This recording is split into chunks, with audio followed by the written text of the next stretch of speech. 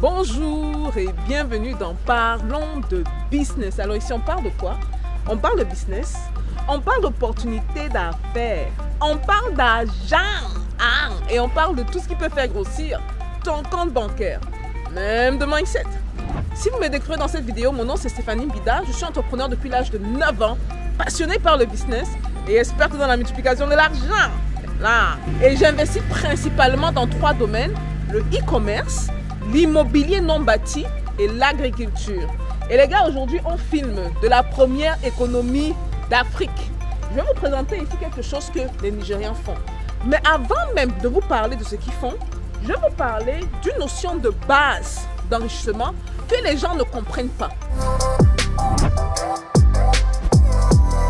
Souvent, quand on voit les riches avoir un certain style de vie, vous allez voir les voitures très luxueuses passer, parce qu'il y a une cité derrière, que malheureusement je ne peux pas filmer pour des raisons de sécurité, parce qu'il y a des gens très fortunés qui y vivent.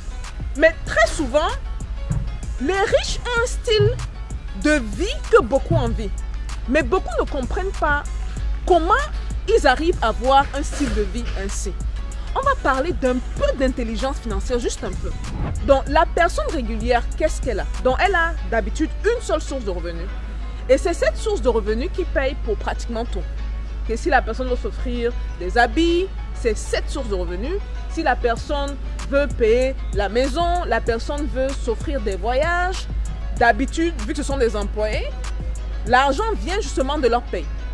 C'est une grosse erreur à ne pas commettre.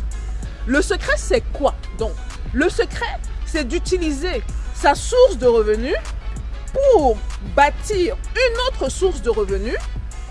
Et c'est de cette source de revenus, cette deuxième source de revenus là, donc on peut justement avoir le lifestyle qu'on veut. On peut s'offrir les voyages de luxe, on peut décider si on veut un jour de prendre des vacances et de sauter dans le premier avion pour aller je sais où. On peut s'offrir des sacs de luxe, on peut s'offrir des voitures de luxe. Mais ne prenez jamais, je dis bien oh jamais, ne prenez jamais l'argent de votre première source de revenus. Et vous vous offrez ça, ça veut dire que vous êtes pauvre. Donc, ce qui me permet de venir à cette vidéo-ci. Une fois que vous avez compris ça, vous allez bien comprendre ce dont je parle ici. Je vais tourner la caméra, vous allez voir. Là, je suis devant de jolies maisons que des Nigériens ont construites. Comprenez ici que la plupart des Nigériens sont au cœur de leur propre économie. Vous allez voir ici et là des personnes étrangères, par exemple des Chinois, des Libanais, des Turcs qui sont un peu partout. Mais le Nigérien d'habitude, quand vous voyez le Nigérien quelque part, je pense que le peuple africain qu'on trouve partout, vous allez au Tadjikistan, vous allez en Indonésie, vous partez en Australie, je pense que c'est ceux-ci, ce sont les Nigériens là. Et quand ils partent, ils ont la mentalité de observer, copier et même très souvent améliorer. Donc, eux, ce qu'ils font, c'est quoi? Ok? Ils vont prendre des modèles qu'ils peuvent facilement répliquer. Dans la diaspora, par exemple, va envoyer l'argent en Afrique, ou sera même là, parce qu'il n'envoie pas juste pour envoyer, mais va construire des maisons comme celle-ci. Et contrairement à la plupart des gens, regardez celle qui est par exemple qui est en face de moi, elle est très belle. Regardez là. Contrairement à la plupart des Africains qui vont construire leur domaine personnel pour y vivre et dire qu'ils ont un pied à terre, ce que le Nigérian va faire, c'est quoi? Il va prendre sa source de revenus à l'étranger. Il va envoyer de manière graduelle ici au Nigeria. Donc il va d'abord acquérir un lot de terre, ce qui est normal, le terrain. Regardez même la maison marron fin fond là. Et tout ça, ça ressemble à des maisons où des gens normaux vivent, hein, du genre rien de tout. Non, c'est pas ça qu'ils font. Donc, ils acquièrent le terrain. Après qu'ils ont acquis le terrain, ils vont chercher dans des architectes et des personnes avec qui travailler. Ok? Ils arrivent à avoir un plan, ils obtiennent un plan. Après avoir obtenu le plan, guess what? Ils construisent leur maison. Et quand ils construisent la maison, écoutez-moi bien. Écoutez-moi bien. La maison devient une source de revenus. Celle qu'on regarde là présentement, si vous prêtez attention, dans notre pays, la plupart du temps, vous allez passer, vous allez savoir que bon, ça c'est une maison où une famille vit. Alors qu'ici, la plupart du temps, c'est pas ça.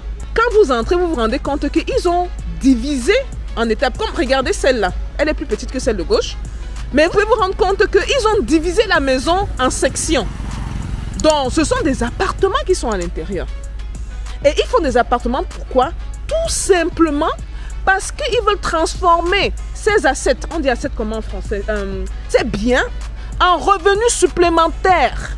Je répète, vous avez compris ce que j'ai dit plus tôt. On ne prend pas l'argent de l'employé. Je répète, on ne prend pas le salaire et on dit qu'on s'achète un sac de luxe avec. On ne prend pas le salaire. On dit qu'on va aller dans notre pays visiter, on économise, il y a l'épargne, on met de côté. C'est pas comme ça. C'est même la manière, en termes d'intelligence financière, c'est la manière rétrograde de faire. Le système est simple.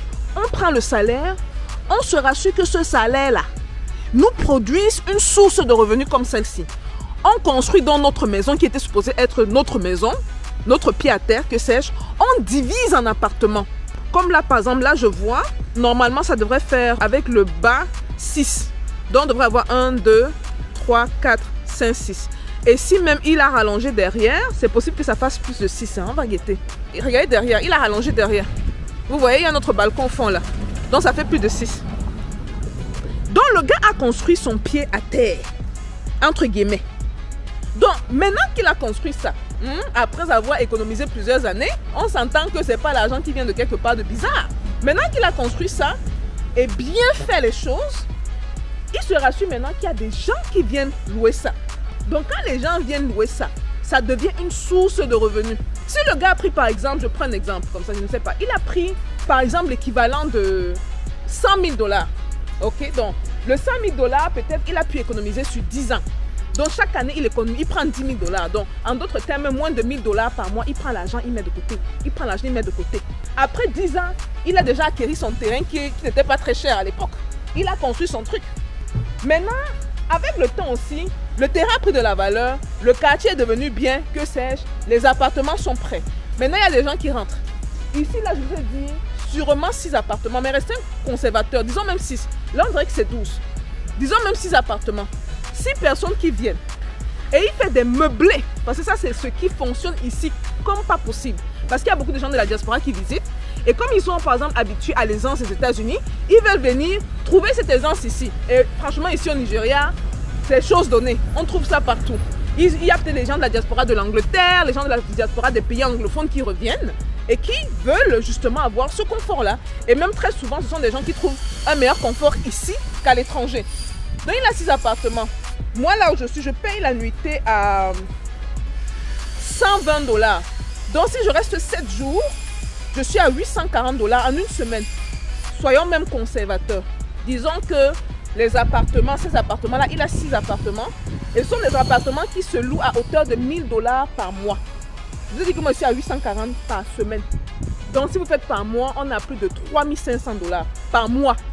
On reste conservateur dans les chiffres pour vous dire que même si ça ne fonctionne pas, même si c'est qu'il y a même personne, une personne vient une fois tous les 6 mois, par exemple. Ok? Donc ici, disons qu'il a 1 000 $ par appartement en meublé, ce qui est impossible parce qu'il doit faire sûrement plus. Il a 6 appartements. Bon, il a 12.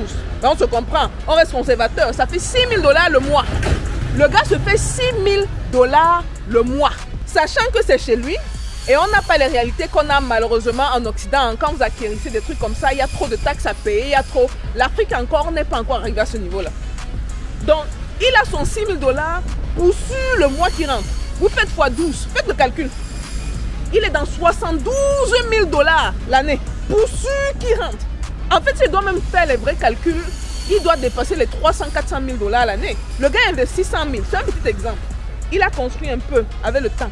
Il a monté son truc. Il a construit un peu. Même s'il a investi plus, c'est juste pour vous donner une idée de comment ça se passe. Donc voici le gars qui, à la base, était employé, a compris l'importance de l'épargne, a compris le fait que le riche ne maintient pas son style de vie avec sa source principale. Jamais.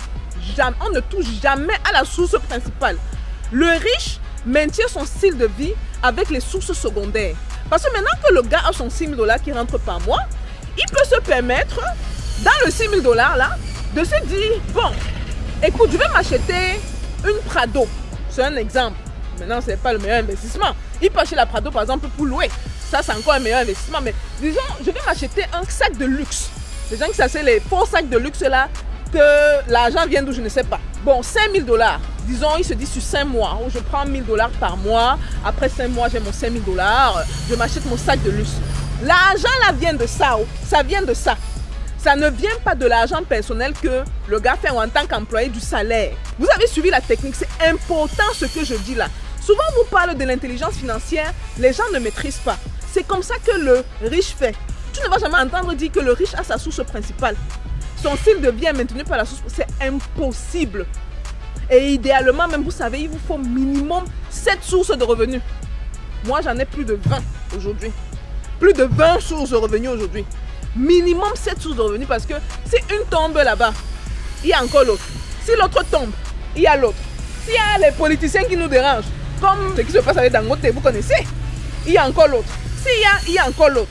Et en parlant de ça, ceux qui n'ont même pas vu la vidéo sur tous les business, les sources de revenus de Dangote, je vais mettre là. Allez regarder cette vidéo-là, vous allez apprendre beaucoup de choses très intéressantes. Voilà, j'espère que c'est une leçon que vous avez notée. Il ne faut pas qu'après la vidéo, on vous connaît, vous applaudissez. Waouh, superbe, waouh, oui, idée, une bonne idée.